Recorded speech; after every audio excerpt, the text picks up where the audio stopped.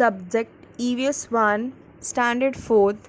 Hello students, my name is Shruti Nanaware.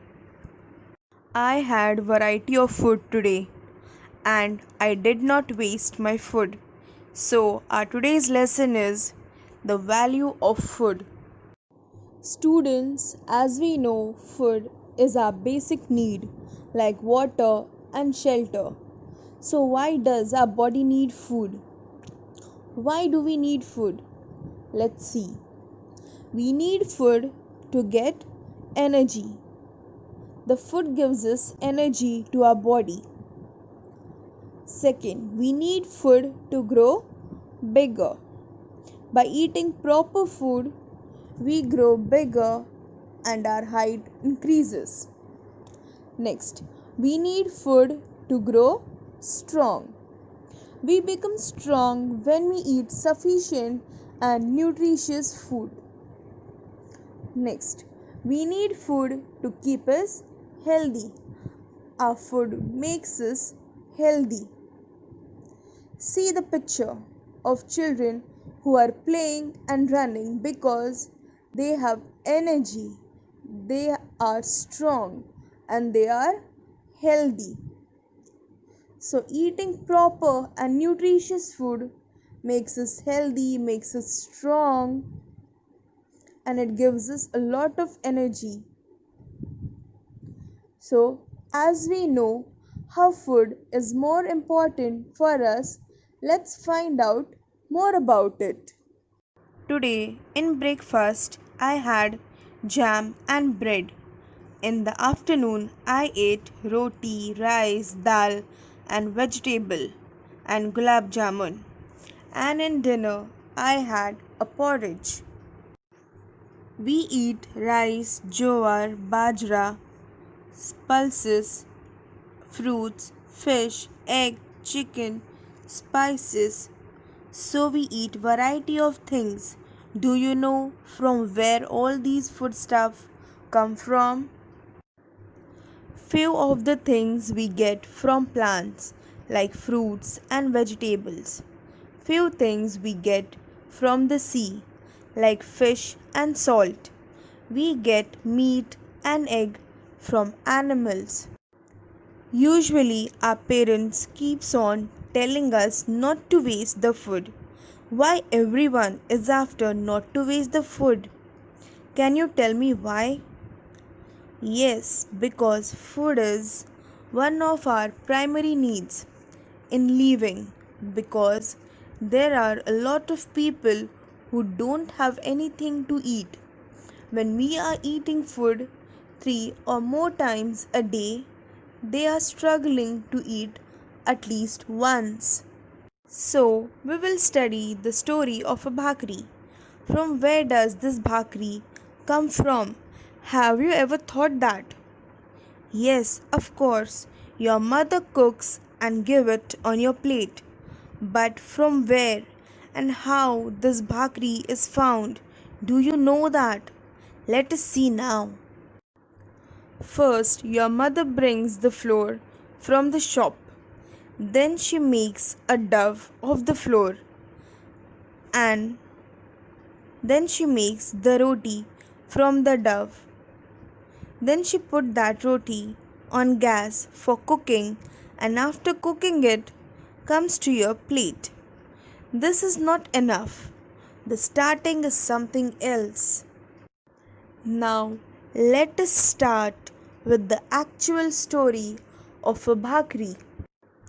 The story starts with the farmer. The farmer attached different implements to the tractor to carry out various farming tasks. First, the farmer plowed the fields to crush the lumps of soil or mud. He leveled the field to make it ready for sowing. The pre-monsoon showers make the hot soil humid. That was the time when farmer would sow the seeds of bajra. After sowing, the seeds get properly rooted in the soil. Within some days the bajra seeds sprouts and the seedlings are seen above the ground. Along with the bajra crop, The weeds also flourish. Weeds means unwanted plants that grow with the crops. So these weeds have to be removed. The farmer employ laborers to do that, and these laborers have to be paid. Rainwater is enough for bajra to grow, and after few days the ears of bajra appear on every stalk. The grains forms and the ears grow fuller. Stalk means the main stem of a plant, and ears of bajra means the main tip part of the stem of a cereal where the grain grows. How the corn is full of corn seeds, in same way the ears of bajra is full of grains. As the grains grow fuller, the birds come in flocks to eat the tender grains. Here, tender grains means the grains which are easy to cut or chew, means they are very soft. As the birds come to eat the grains, that is the reason the scarecrows are set in farm and slingshots are used to frighten the birds away. Slingshot means the stick to which elastic band is connected. When the ears of corn are full, means when the grains are fully grown, it is the harvest time for the crops.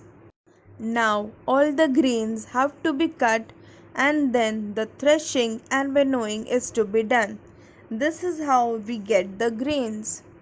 Now let us see what is threshing. If a machine is not available, bullocks do the threshing. A round place is cleared in the field and the threshing floor is prepared. A post is erected in its center and the bullocks are tied to it. The bullocks walk on the circle around the post and the harvested ears are spread in the round space so that they get trampled upon by the bullocks.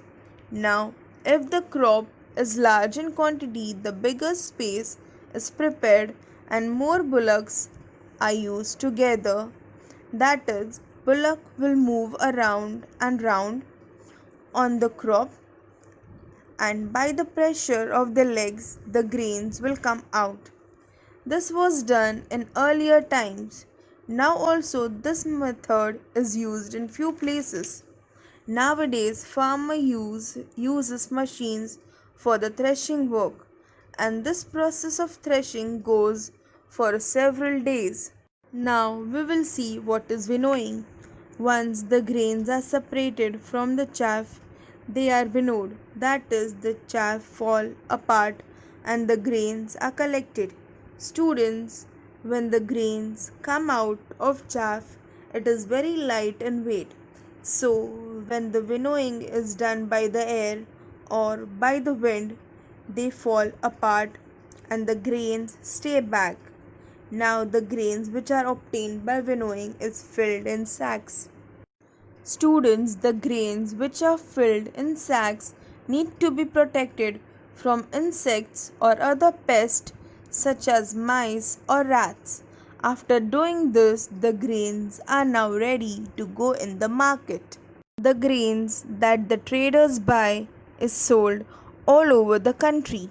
These grains are transported through trucks, bullock cart or goods train. When the sack of grains reach the market, from there they go to the vendor and the traders of the provision stores. Now the people buy the grains from the store. After bringing the grains, they need to be cleaned once again to remove the dirt. After cleaning the grains, they are milled into the flour. Milled means to crush the grain into flour. When the flour is ready, while cooking, the flour is kneaded into dough. Then the lumps are taken and flattened into a bhakri and then roasted. For this purpose, you use fuel. There are people who transport the things from one place to another. That is, the grains may be grown in Punjab and you may be eating it in Maharashtra. So, transportation is involved, and the most important thing is the hard work of farmers and all the people who are involved in making this. That is the reason our parents tell us not to waste the food. Similarly, the fish that you eat, the fishermen also work hard to get them. Many of the people are involved in growing and providing fruits and vegetables that we eat. So, we should not waste food and eat it properly. Some people gather and sell amla, karvanda, jamun, and bor. These fruits grow in the forest. Some people keep poultry from which we get egg and meat. Some people rear animal for milk and meat. So, all these people who put in a lot of hard work in their own occupations, we get a variety of food stuff as a result of their efforts. Therefore, it is necessary for all of us to take care of the food that we eat, and it should not go wasted. So, students, let us revise the lesson that we have studied. The food stuff we use come from many different places such as fields, lakes, the sea, and forest. Starting from preparing the fields till storing the grain in warehouses, many different kinds of tasks are carried out for growing crops. Harvesting, threshing, and winnowing are some of these tasks. After that crop is transported, sold, and prepared for eating, then only do we get food in our plates. As with growing grains, much hard work goes into producing other foodstuff too. We must all take care to ensure that food is not wasted. So, students, hope you have understood our today's lesson. So, till then, keep learning. Thank you.